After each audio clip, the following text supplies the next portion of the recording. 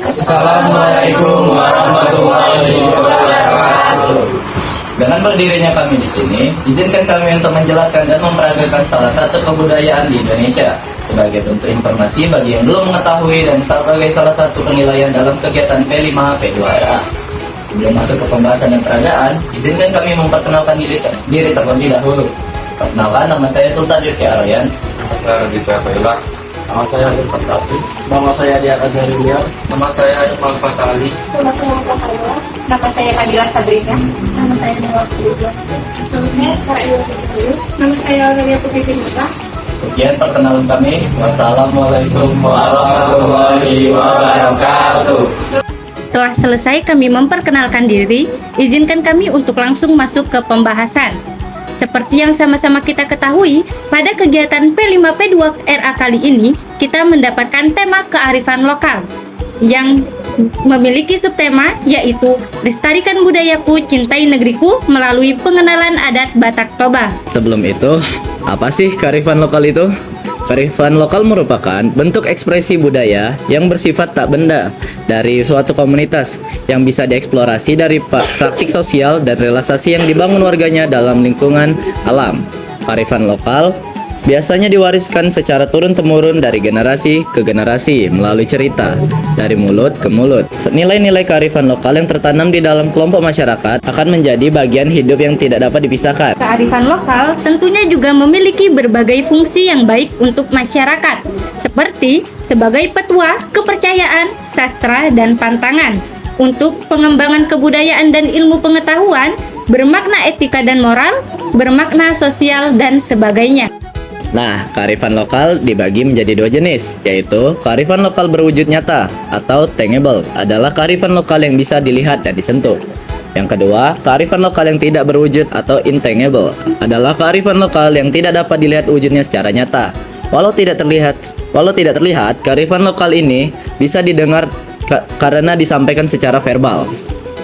Baiklah, selanjutnya kita masuk ke pembahasan budaya yang kami ambil yaitu Batak Toba. Seperti yang sama-sama kita lihat bahwa dua rekan kelompok kami sedang menggunakan pakaian adat Batak Toba. Pakaian adat ini biasanya digunakan dalam acara pernikahan, syukuran, bahkan upacara adat. Pakaian adat pria bagian atas disebut ampe-ampe dan bagian bawah disebut singkot. Sementara untuk perempuan, bagian atas berupa hobah-hobah dan bagian bawah adalah haen. Masuk ke pakaian adat wanita atau pakaian pengantin wanita. Busana pengantin wanita terdiri dari baju kurung berwarna hitam yang dipadukan dengan kain tenun yang dilapisi dengan ulos ragi hotang atau ragi duk, yang dimana ulos ini memiliki makna sebagai simbol kebahagiaan dalam kehidupan pernikahan. Sortali yang dipasang di dahi menjadi identitas khas riasan pengantin wanita Batak Toba, dan sanggul timpus menjadi ciri khas gaya rambut pengantin Batak Toba. Namun karena teman kami menggunakan hijab, maka kami tidak dapat memberikan contoh tersebut. Sortali yang dipasang pada dahi tidak hanya memiliki makna kemakmuran saja, namun juga memiliki makna yang lain yang terdapat pada sortali tersebut, seperti tentang kebahagiaan yang dirasakan karena bersatunya seluruh keluarga dalam satu ikatan. Selanjutnya, pakaian pengantin pria. Pakaian pengantin pria Batak Toba biasanya memperlihatkan dada mereka dengan tidak menggunakan pakaian bagian atas di pinggang mereka dililitkan selembar kain ulos ragiduk. Namun, dengan perubahan zaman, pengantin pria Batak Toba juga mulai mengadopsi busana modern. Kemeja, jas, dan celana panjang seringkali menjadi pilihan mereka. Meskipun demikian, mereka masih mempertahankan elemen budaya dengan menggunakan kain ulos di pinggang sebagai kain samping. Sementara pada bahu kanan pengantin biasanya disampirkan ulos dengan motif ragi hotang. Motif ini memiliki makna untuk mengokohkan ikatan fisik dan emosional antara kedua pengantin, seperti kokohnya sebuah rotan. Sortali sebagai tanda pengenal yang khas juga hadir sebagai hiasan kepala pada pengantin pria. Lalu pada pengantin pria juga memakai hiasan kepala dari ulos dengan motif bintang maratur sebagai lambang harapan. Setelah kita mengetahui tentang pakaian adat pernikahan Batak Toba, selanjutnya kami akan menampilkan peragaan beberapa adat dalam pernikahan adat Batak Toba.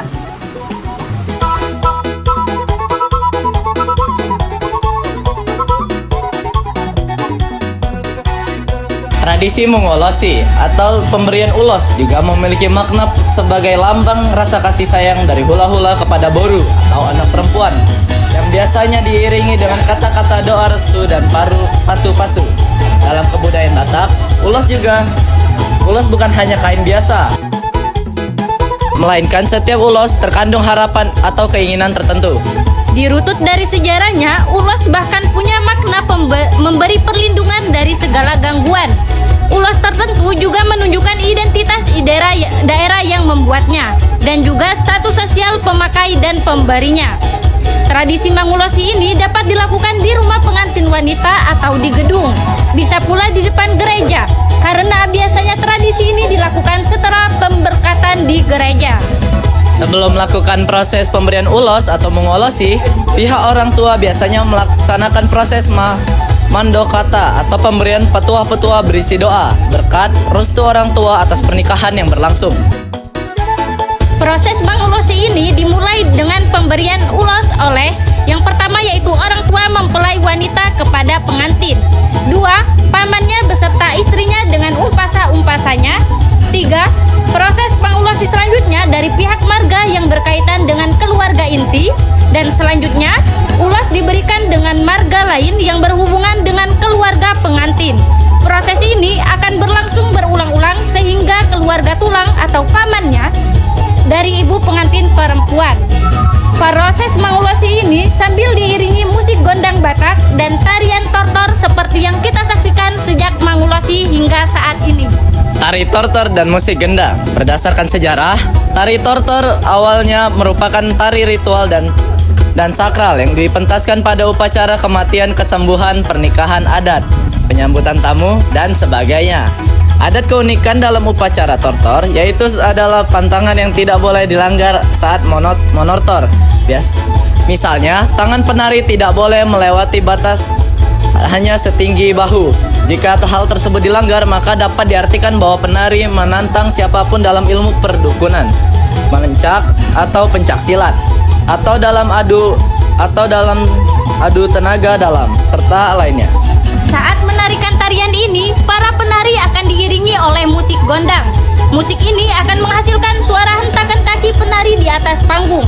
Fungsi gondang sabangunan sebagai penghayatan etis dapat dilihat pada saat peserta dalam acara manortor. Peserta tidak diajarkan mengenai gerakan tortor sebelumnya, namun terjadi keselarasan antara gerakan tangan, kaki, dan badan pada saat manortor dengan irama musik gondang sabangunan. Kelarasan dengan gerakan tortor dengan irama gondang tersebut dapat terjadi karena adanya penghayatan etis dari peserta yang manortor, sehingga dapat dikatakan bahwa musik dalam hal ini gondang sabangunan juga berfungsi sebagai sarana untuk melakukan penghayatan estetis. Baiklah teman-teman, setelah tadi kita menyaksikan adat Batak berupa mengolosi yang diiringi tarian tortor dan musik gondang, sekarang kami ingin menampilkan sebuah adat pernikahan Batak Toba, yaitu menggomak tumpak. Dipersilakan kepada pengantin perempuan untuk mengambil amplop yang sudah disediakan dengan satu tangan. Selanjutnya dipersilakan kepada pengantin perempuan untuk meletakkan amplop yang sudah diambil ke dalam saku jas pengantin laki-laki. Seperti yang sudah kita saksikan sama-sama barusan, yaitu peragaan adat menggomak tumpak. Tradisi menggomak tumpak atau tradisi mengambil amplop oleh mempelai perempuan memang salah satu tradisi adat Batak. Tapi ternyata tidak semua orang Batak melakukan tradisi ini. Tradisi menggomak tumpak itu merupakan sebuah rangkaian ketika pihak pengantin pria memberikan kesempatan kepada pengantin wanita untuk mengambil sejumlah tumpak atau amplop yang ada dalam sebuah wadah. Beberapa keluarga Batak menyarankan kepada mempelai perempuan untuk mengambil amplop berisi uang dengan satu tangan dan jumlah yang sedikit. Namun, ada juga dari pihak keluarga laki-laki yang menyarankan perempuan untuk mengambil menggunakan 2 jari saja. Hal ini dikarenakan ada beberapa yang menganggap mengambil dengan kedua tangan dan jumlah yang banyak menggambarkan keserakahan. Namun, untuk sebagian orang, hal tersebut tidak menjadi masalah, sebab uang tersebut akan digunakan oleh kedua pengantin untuk memulai rumah tangga baru.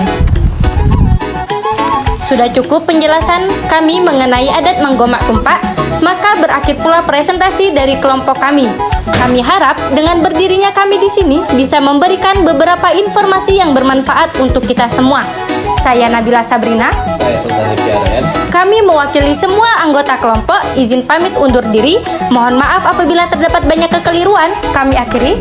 Wassalamualaikum warahmatullahi wabarakatuh.